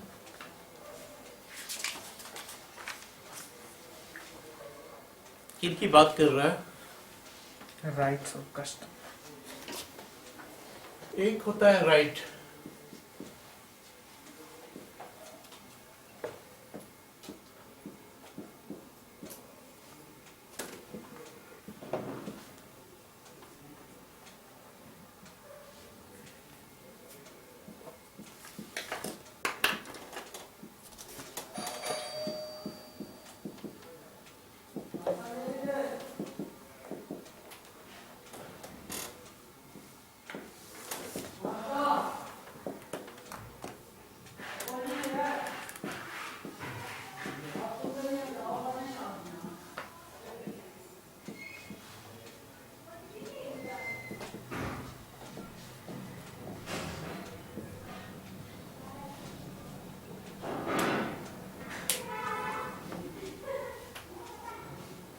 अधिकार,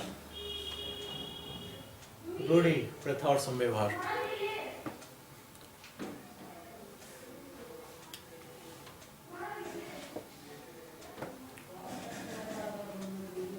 इस सेक्शन को जब आप पढ़ेंगे तो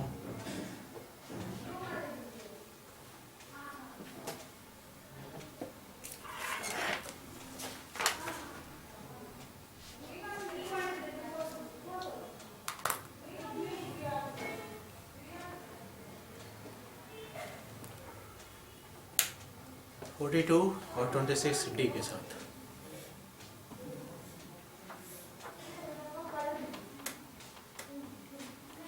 क्वेश्चन में क्या है?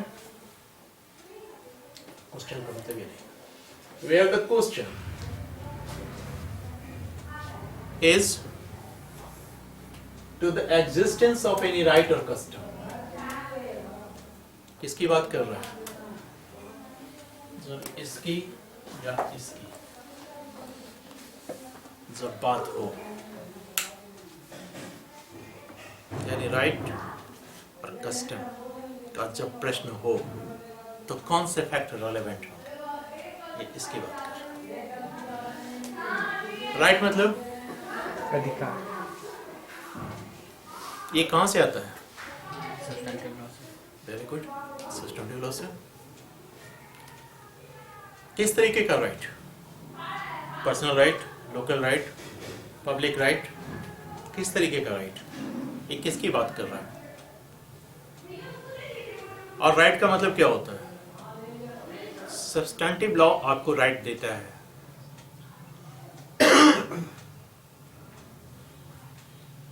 ट्रांजैक्शन क्या है?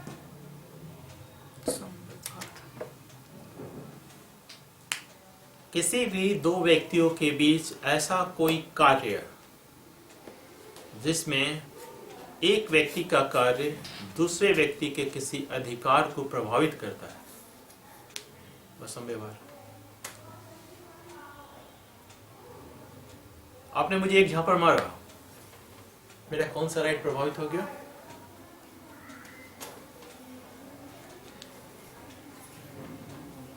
मतलब आपका राइट है कि हमको एक झापड़ मारिएगा?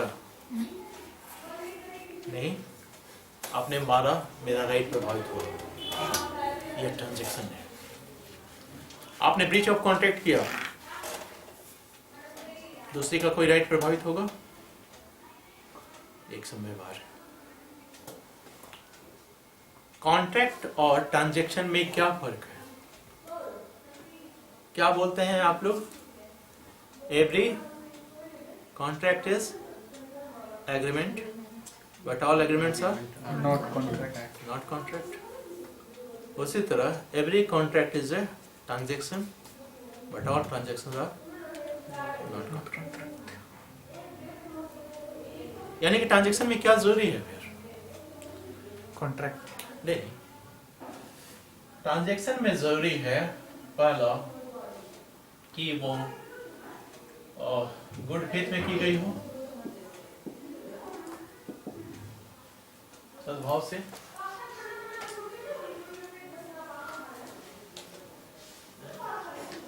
सुने हैं बेनामी ट्रांजैक्शन?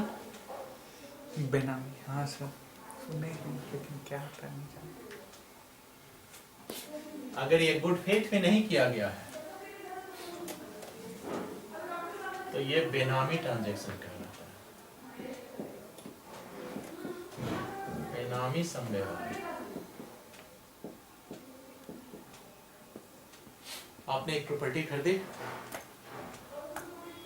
और अपने नौकर के नाम खरीदी। आप बहुत दानवीर हैं, नौकर के नाम प्रॉपर्टी खरीदना चाहते हैं, आप बड़े दयालु हैं। ऐसा है क्या? नहीं, आप अपनी ब्लैक मनी बचा रहे हैं, उसको ट्रांसफर कर रहे हैं, क्योंकि नौकर से तो आप ही लिखवा लीजिएगा। तो ये जो ट्रांजैक्शन है, वैसे स्थिति में अगर ये बेनामी है तो नौकर मालिक बन गया।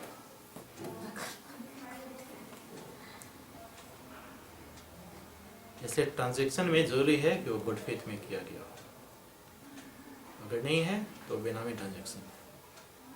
तो वो नौकर का हो गया। सरकार का भी हो जाएगा। अच्छा, सरकार ले सकता है।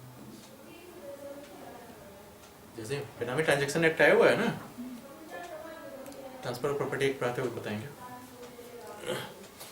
समझ रहे हैं? अब सवाल ये आता है कि राइट आपको जो मिली है, आपका वो जो आंसर आपके सही हो जाते हैं तो आप दूसरे से क्या कहते हैं कि मेरा ये आंसर राइट है। ये उसी राइट की बात कर रहा है।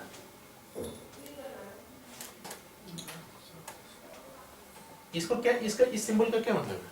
सही, सही इंग्लिश में करेक्ट, करेक्ट, और इसका इनकरेक्ट, इनकरेक्ट। तो राइट क्या है? जो आपके लिए करेक्ट है वो आपको दिया गया है। इसमें वो सभी तरीके के राइट हैं। जैसे ऑनरशिप क्या है? एक राइट है। एजमेंट क्या है? एक राइट है। रिलीज क्या है?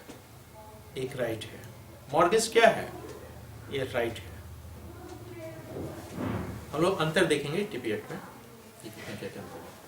ये सब के सब सभी तरीके के राइट।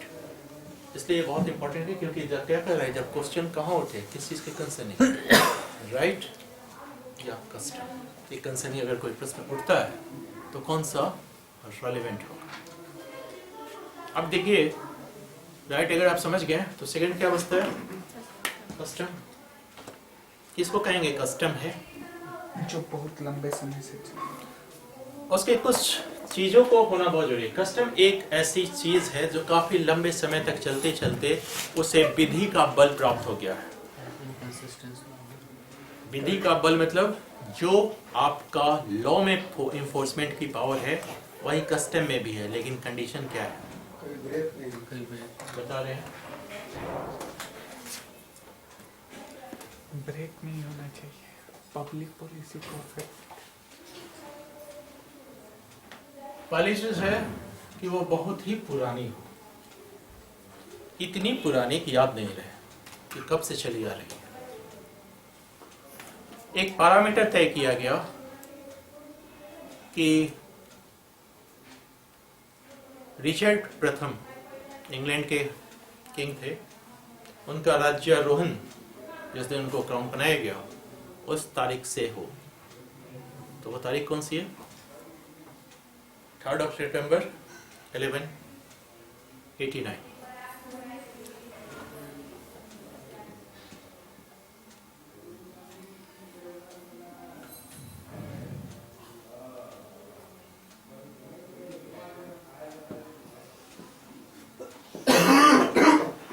ये इतने प्राचीन हो कि किसी के स्मरण में न रहे कि कब से चला आ रहा है। कस्टम का फर्स्ट इंग्रेडिएंट।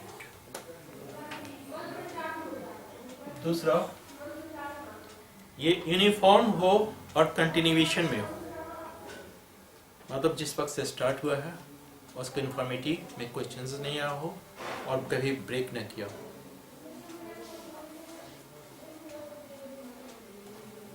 तीसरा, ये शांतिपूर्ण हो, ऐसा नहीं हो कि जब स्टार्ट किया गया तो इसमें हल्ला हंगामा हुआ।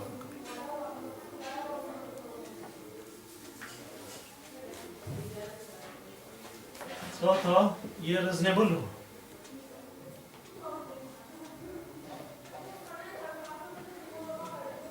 पांचवा, ये सर्टेन निश्चित हो। छठा, ये कंपल्सरी हो, आपके पास ऑप्शन नहीं है, ये कंपल्सरी हो। सातवां, ये इमोरल नहीं हो। और आठवां, पब्लिक पॉलिसी के अगेंस्ट में ना हो।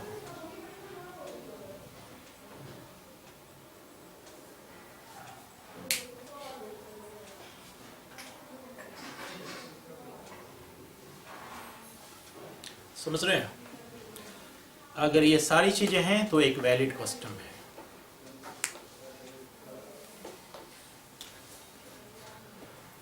कस्टम 3 प्रकार का होता है।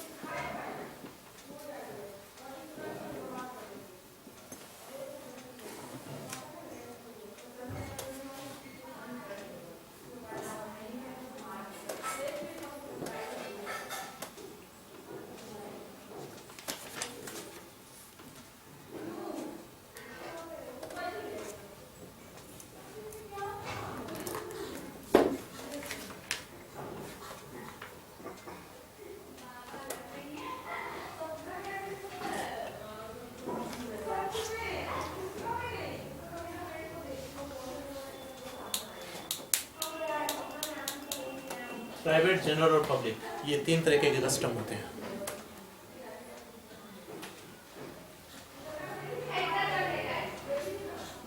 जनरल कस्टम 3 तरीके होता है, फैमिली कस्टम, क्लास कस्टम और ट्रेड कस्टम।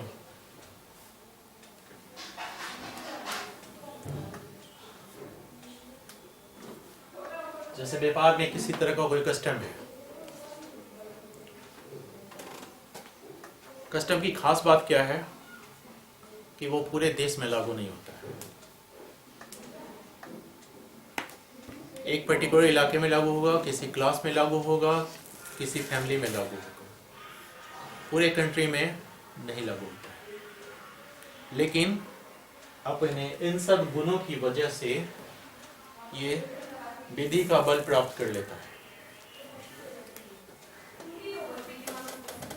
यानी इसमें जिस तरीके से आप अपने राइट्स को इन्फोर्स करवाते हैं क्योंकि वो आपका राइट किसी सब्सटेंटिव लॉ के द्वारा आपको प्रदत्त है, उसी तरह आप इस कस्टम को इम्पोर्ट करवा सकते हैं कोर्ट के द्वारा। जैसे कुछ जगह यह है कि संपत्ति अगर कुछ पिताजी गुजर गए तो संपत्ति उनके पुत्रों में विभाजित हो जाएगी। हिंदू लॉ में तभी चेंजेज आया है, तभी पुत्रियों को भी समान हिस्सा दिया गया। कुछ जगहों पे कुछ जमींदारों में ये प्रथा थी, ये रूढ़ी थी कि सिर्फ ज्येष्ठ पुत्र ही संपत्ति का हकदार होगा, मतलब वो मालिक होगा, बाकी लोग को भरण पोषण मिलेगा। अगर किसी घर में 4 संतान हैं तो सबसे ज्येष्ठ पुत्र उस संपत्ति को पिता के बाद ग्रहण करेगा और बाकी जो संतानें हैं सिर्फ मेंटेनेंस पाएंगे। सबसे बड़ा पुत्र बाकी को नहीं मिलेगी। ये प्रथा है, सॉरी ये रूढ़ी है। इसकी खास बात क्या है कि ये पूरे कंट्री में लागू नहीं होती। हमने क्या कहा, फैमिली कस्टम। फैमिली कस्टम के लिए जरूरी है कि जो फैमिली है उसमें भी ये सारी की सारी चीजें होनी चाहिए और कभी ब्रेक नहीं होना चाहिए। अगर ब्रेक हो गया तो आने वाली पीढ़ी में फिर इसको लागू नहीं करेंगे आप, और न इसको अधिकार के तौर पे आप मानेंगे। हम लोग जिस पर हिंदू लॉ देखेंगे वहां भी इसकी चर्चा होगी। ये सब समझ रहे हैं कस्टम और इसमें क्या फर्क है? आपसे इंटरव्यू में पूछ देता हूं,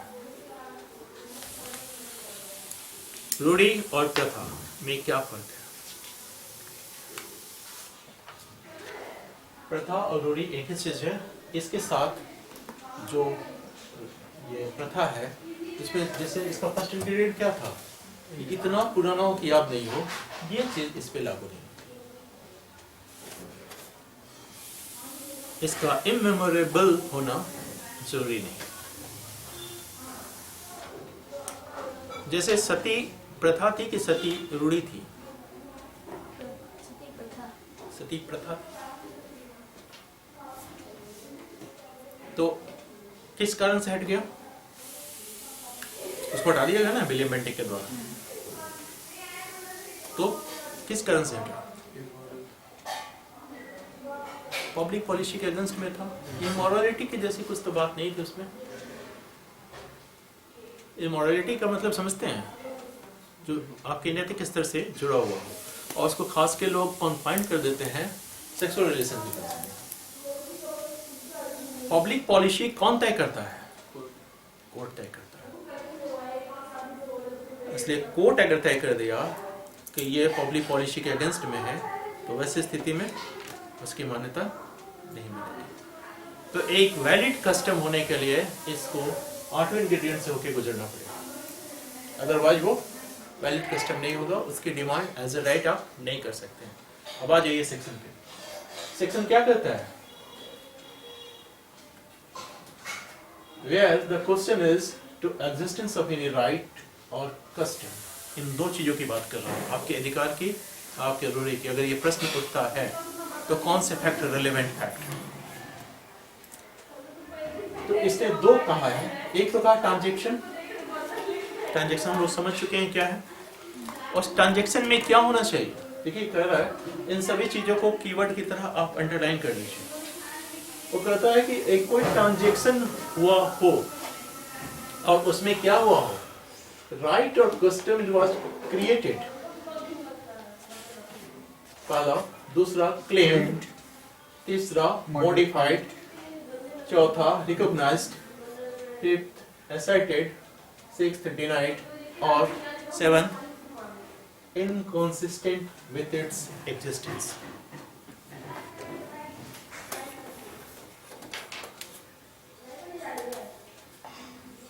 बात समझ रहे हैं?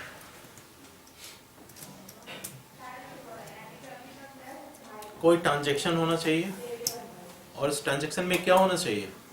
उस कस्टम या राइट का आपको क्या होना चाहिए? या तो क्रिएट किया गया हो, या क्लेम किया गया हो, या मॉडिफाई किया गया हो, या रिकॉग्नाइज किया गया हो, या एसेट किया गया हो, डिनाइड किया गया हो, या फिर inconsistent with its existence.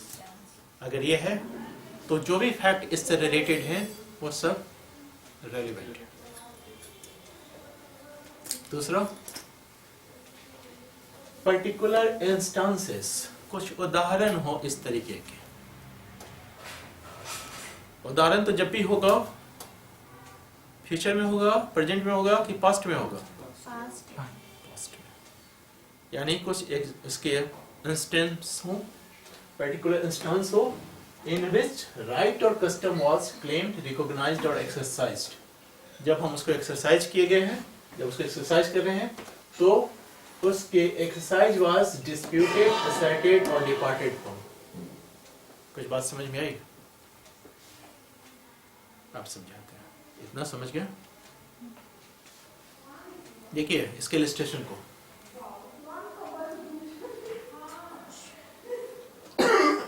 The question whether A has right to a fishery, मछली मारने का अधिकार A के पास है कि नहीं? मछली मारने का अधिकार कैसा अधिकार है?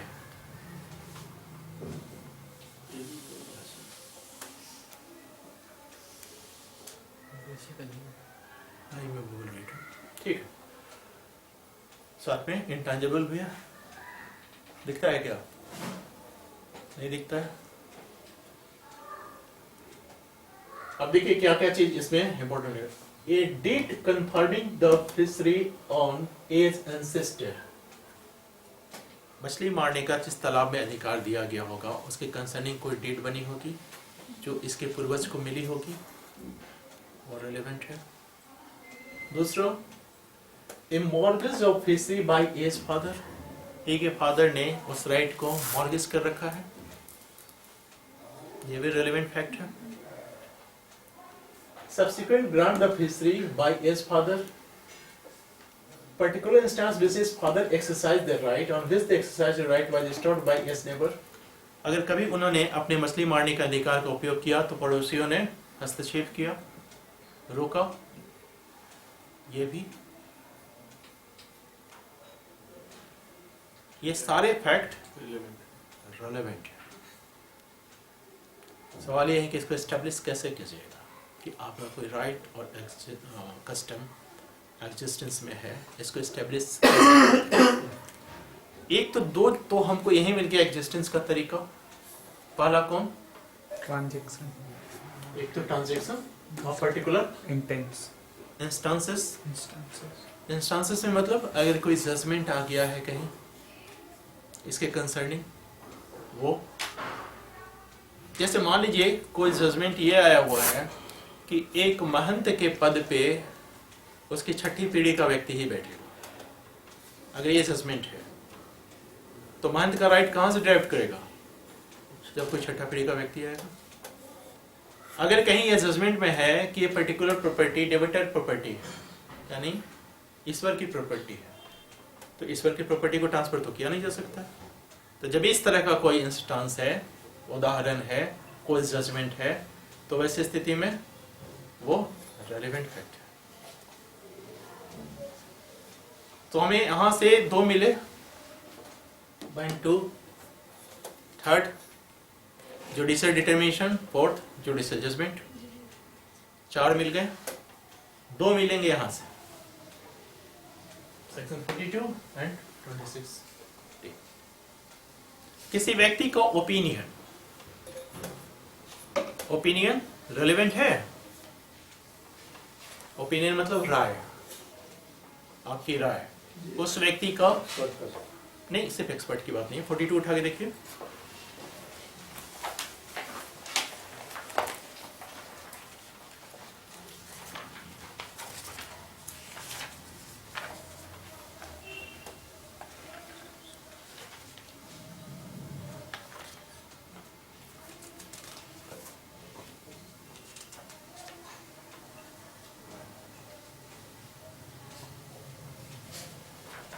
When the court has to form an opinion as to existence of any general custom or right,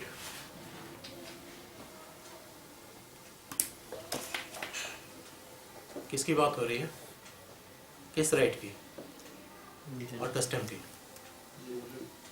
general custom और राइट। हमने क्या कहा था? ये कितने तरीके का होगा? 3। तो कह रहा है कि जनरल कस्टमर राइट की अगर बात है, the opinion as to existence of such customer right of person who would be likely to know of it existence if it existed are relevant. उस व्यक्ति का ओपिनियन जो अगर सच में वो राइट एग्जिस्ट करता तो उस व्यक्ति की जानकारी में होता, वो रेलिवेंट है। क्या एग्जांपल दिया है इसने?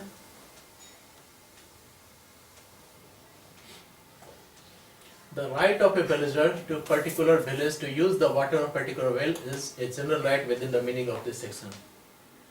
एक पर्टिकुलर गांव में एक पर्टिकुलर कुएं से पानी लेने का अधिकार अगर कोई व्यक्ति कहता है कि यह है, तो उसका ओपिनियन रेलिवेंट है, वह एक रेलिवेंट फैक्ट है। पानी लेने का अधिकार, अभी तो आप लोग जिस जमाने में रहते हैं बहुत मतलब क्या कहें, समाज में जागरूकता आ गई है। पहले तो लोग किसी कुएं से अगर किसी शूद्र ने पानी ले लिया तो शूद्र की तो जो होती ही थी, उस कुएं को अशुद्ध घोषित कर दिया जाता था। तो अगर ये बात है तो ऐसी स्थिति में अगर कहता है कि इसका राइट है कुएं से पानी लेना, और कोई ऐसा व्यक्ति कि उस राइट का एग्जिस्टेंस में है अपनी ओपिनियन देता है, तो वो रेलेवेंट है।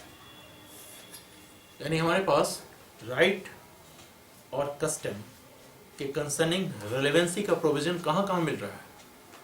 एक तो 11 में, सेकंड 42 और थर्ड देखिए 26D।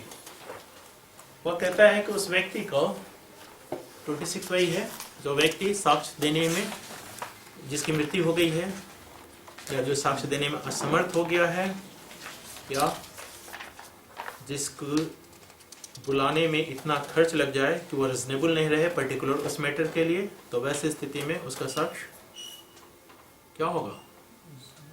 हाँ? मतलब वो नहीं आएगा तो वो क्या कहेगा?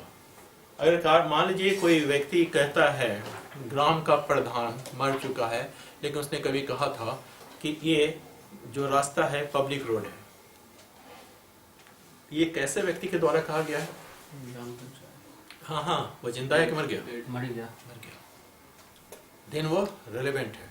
लेकिन जब डिस्प्यूट उठे उससे पहले उसका स्टेटमेंट आना चाहिए। डिस्प्यूट के बाद स्टेटमेंट पाया और मर गया, वो रेलेवेंट नहीं होगा। डिस्प्यूट के पहले उसका स्टेटमेंट होना चाहिए। 26D देखिए क्या कह रहा है। When the statement gives the opinion of any such person, और आगे as to the existence of any public right of बस custom, वही। किसकी बात कर रही है? पब्लिक राइट की। हम लोग क्या क्या देख रहे हैं? राइट में पब्लिक आएगा, प्राइवेट आएगा, सभी तरह की राइट आएंगे। तो हमें पब्लिक राइट कहां से मिल रहा है? 26D से। जनरल राइट 42 से। हाँ, जनरल राइट एंड कस्टम वही था ना, 42 से। और बाकी जो रेसिडुअरी बच गया 11 से। तो हम इस तरीके से इसको एस्टेब्लिश करते हैं। यानी अगर राइट और कस्टम को एस्टेब्लिश करना हुआ तो हमारे पास कितने तरीके हैं? 3। कौन कौन? 11, 42 और 26 सपोज। और 11 में कितना? दो। एक ट्रांजैक्शन, दूसरा पर्टिकुलर इंस्टांसेस। और इसी पर्टिकुलर इंस्टांसेस को अगर और ब्रेक कर दीजिए तो जुडिशियल डिटर्मिनेशन और जुडिशियल जजमेंट। ठीक है। डी वाला 26D वाला में एक सर। ये 26 का डी अलग से बना हुआ है। 26 का डी देखिए और इलस्ट्रेशन आई देखिए। उसका इलस्ट्रेशन आई क्या कर रहा है? The question is whether a given road is a public way. A statement by a deceased headman of the village, the road was public, is a relevant fact. जिस चीज की चर्चा हो जा रही है ना उसको अंडरलाइन कर दीजिए। और फिर सेम चीज लिख लीजिए कहाँ पे?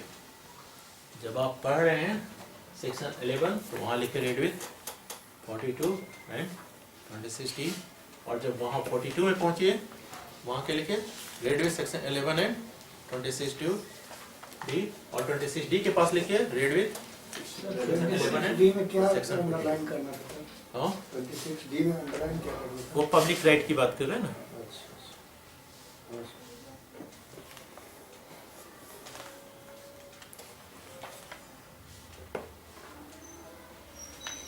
ठीक है,